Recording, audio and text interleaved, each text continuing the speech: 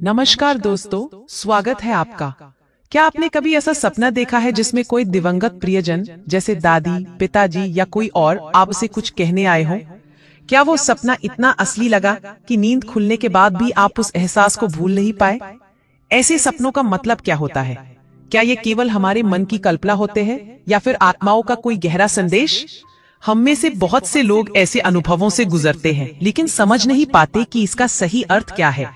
कभी डर जाते हैं तो कभी किसी पंडित या टोने टोटके वाले के पास पहुंच जाते हैं।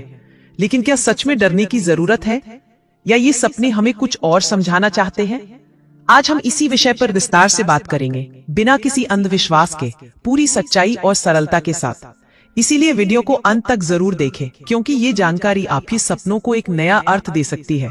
अगर आपने कभी अपने किसी प्रिय दिवंगत को सपने में देखा हो तो कृपया कमेंट में अपना अनुभव जरूर साझा करें। वीडियो पसंद आए तो लाइक करें, अपने दोस्तों और परिवार के साथ शेयर करें और चैनल को सब्सक्राइब करना न भूलें। नंबर 1, संदेश कोई अशुभ संकेत नहीं। जब हमें स्वप्न में पितर या दिवंगत परिजन दिखाई देते हैं तो यह किसी डर या अशुभता का संकेत नहीं होता। हमारे भारतीय संस्कारों में पितृ श्रद्धा और पूर्वजों का सम्मान एक महत्वपूर्ण हिस्सा रहा है।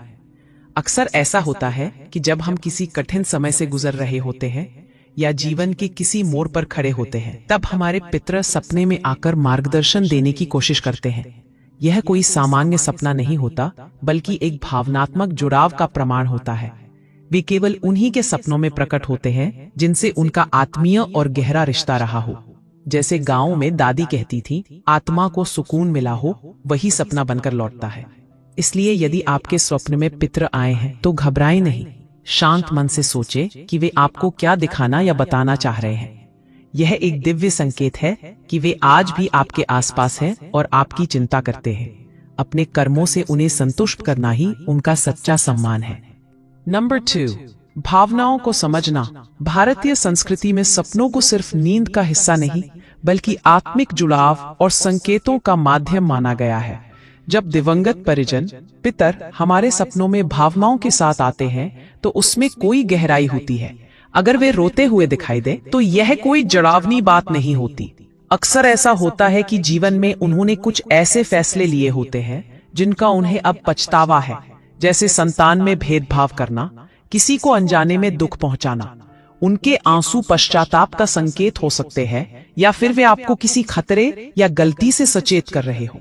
यह एक तरह से उनकी आत्मा की पीड़ा होती है जो स्वप्न के माध्यम से झलकती है। वहीं अगर वे मुस्कुराते या हंसते हुए दिखें तो यह बेहद शुभ संकेत होता है। इसका मतलब है कि वे आपसे प्रसन्न हैं और आप पर उनका आशीर्वाद बना हुआ है। इसलिए पितरों की इन भावनाओं को हल्के में न लें। यह सिर्फ सपना नहीं, बल्कि एक संवाद है, एक जुड़ाव है जो आत्मा से आत्मा तक पहुंचता है। नंबर 3, पितृदोष एक भ्रम है। भारत में बचपन से हमें यह सिखाया गया कि अगर पितरों की आत्मा अशांत है तो पितृदोष होता है और उसे मिटाने के लिए हवन, पिंडदान या भारी भरकम कर्मकांड जरूरी है। लेकिन सच्चाई इससे कहीं ज्यादा सरल और मानवीय है। आत्माएं भावनाओं से जुड़ी होती है, रीति रिवाजों से नहीं। एक सच्ची घटना है। एक युवती ने सपने में अपने दिवंगत पिता को पुराने कपड़े मांगते देखा। पहले तो वह घबरा गई, फिर उसने एक शांत मन से उस सपने का अर्थ सोचा।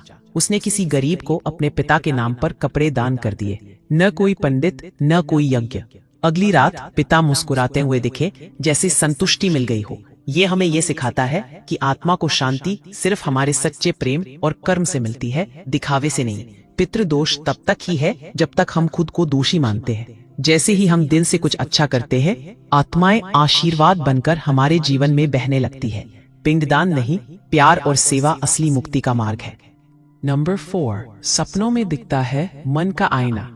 कभी कभी हमें रात को ऐसे सपने आते हैं जो झकझोर कर रख देते हैं, जैसे कोई बुजुर्ग रोते हुए दिखे या कोई दिवंगत परिजन उदास नजर आए। ये सिर्फ डरावने दृश्य नहीं होते, बल्कि हमारे ही कर्मों का आईना होते हैं। अगर आपने जीवन में किसी के साथ अन्याय किया है, जैसे किसी भाई की संपत्ति हड़प ली हो, माता पिता की उपेक्षा की हो, या किसी बुजुर्ग की भावनाओं को ठेस पहुंचाई हो, तो वो पीड़ा कहीं ना कहीं हमारे अवचेतन में बैठ जाती है। यही पीड़ा सपनों में भावनात्मक रूप में प्रकट होती है। एक बुजुर्ग महिला ने बताया कि जब उसने अपने छोटे बेटे को घर से निकाल दिया तो कई रातों तक उसे अपने दिवंगत पति का रोता हुआ सपना आता रहा।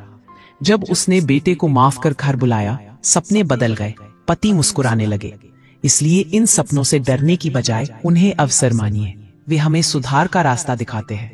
अपने कर्मों को सुधारिए, माफ कीजिए और जहां हो सके वहां प्रेम बांटिए, क्योंकि सपनों में दिखने वाला रोता हुआ चेहरा दरअसल हमारी आत्मा की पुकार होती है, जो शांति चाहती है, बदलाव चाहती है। नंबर 5, भविष्य के संकेत। सपने सिर्फ यादें नहीं, कभी कभी चेतावनी भी होते हैं। हमारे पूर्वज कहा करते थे, जो दिखे वह सब कुछ नहीं, जो सपना दे वह ईश्वर की बात हो सकती है। सपने हमेशा बीते कल से नहीं जुड़े होते, कई बार वे आने वाले समय की आहट होते हैं। कभी आपने महसूस किया है कि एक सपना बार बार आता है, जैसे पानी में डूबना, बाढ़ जैसा दृश्य या कोई जोरदार तूफान? ये केवल डर नहीं बल्कि चेतावनी हो सकते हैं।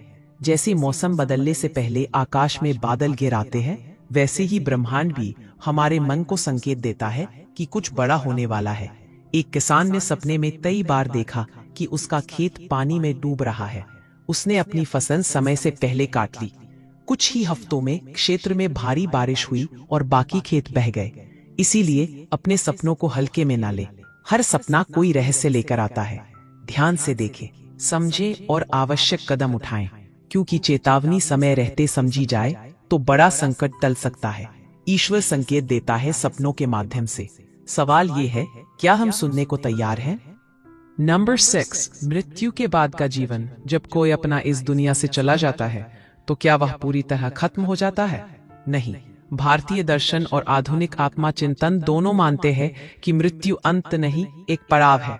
आत्मा एक ऐसे संसार में जाती है जिसे जीवन मध्य जीवन, लाइफ बिटवीन लाइफ्स कहा जाता है, जहां वह अपने बीते जीवन को देखती है, विश्राम करती है और अगले सफर की तैयारी करती है।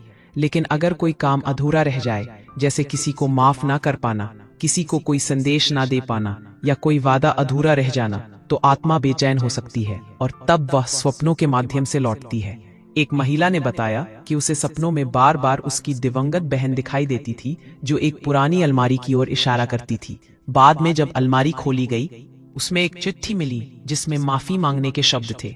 ऐसे सपने हमें डराने नहीं बल्कि जोड़ने आते हैं। आत्माएं बोल नहीं पाती, लेकिन संकेत जरूर देती है। अगर आप खुले दिल और ध्यान से देखें तो शायद कोई अधूरी कहानी आपसे पूरी होने का रास्ता खोज रही हो।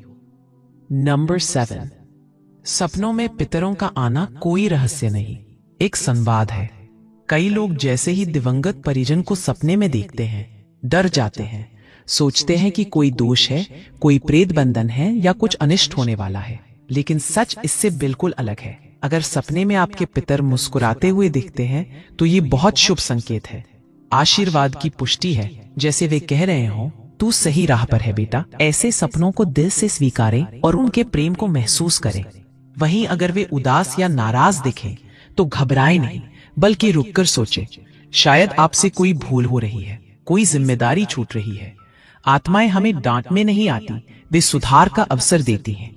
और सबसे जरूरी बात, किसी पंडित के कहने पर डरकर अनगिनत हवन या पूजा में पैसे खर्च ना करें। जो काम एक सच्चे दिल से किया गया छोटा सा दान या क्षमा याचना कर सकता है, वह कोई कर्मकांड नहीं कर सकता। पितर सपना बनकर आते हैं ताकि हम समझ सकें, not to punish but to guide. डर के बजाय यह समझ हमारे जीवन को भी और आत्माओं को भी शांति देती है। सपने केवल नींद के दौरान दिखने वाले चित्र नहीं होते, बल्कि आत्मा और अवचेतन मन का एक गहरा संवाद होते हैं। जब पितर या दिवंगत परिजन सपनों में आते हैं तो वे हमें डराने नहीं बल्कि कुछ समझाने या जुड़ने आते हैं। ऐसे सपनों को अंधविश्वास या भय से नहीं बल्कि समझादी और आत्मिक जागरूकता से देखना चाहिए। हमारे कर्म ही हमारे सपनों और जीवन की दिशा तय करते हैं। अगर हम दिल से अच्छा करें, सच्चे इरादों से जीवन जिएं, तो किसी पंडित या विशेष अनुष्ठान की आवश्यकता नहीं होती। सच्चे कर्म, दया, क्षमा और सेवा यही आत्माओं को शांति देते हैं। पितृदोष जैसी बातें अक्सर भ्रम पैदा करती है। हकीकत यह है कि सपनों के जरिए आत्माएं हमें अवसर देती है कि हम खुद को सुधारें, रिश्तों को बेहतर करें और अपनी अंतरात्मा की आवाज सुनें। अगर आपको यह वीडियो उपयोगी और विचारोत्तेजक लगा हो तो कृपया लाइक करें, कमेंट में अपनी राय जरूर लिखें और इसे अपने परिवार व दोस्तों के साथ शेयर करें। ऐसे और आत्मिक ज्ञान के लिए चैनल को सब्सक्राइब करना ना भूलें। आपका साथ हमारे लिए आशीर्वाद है।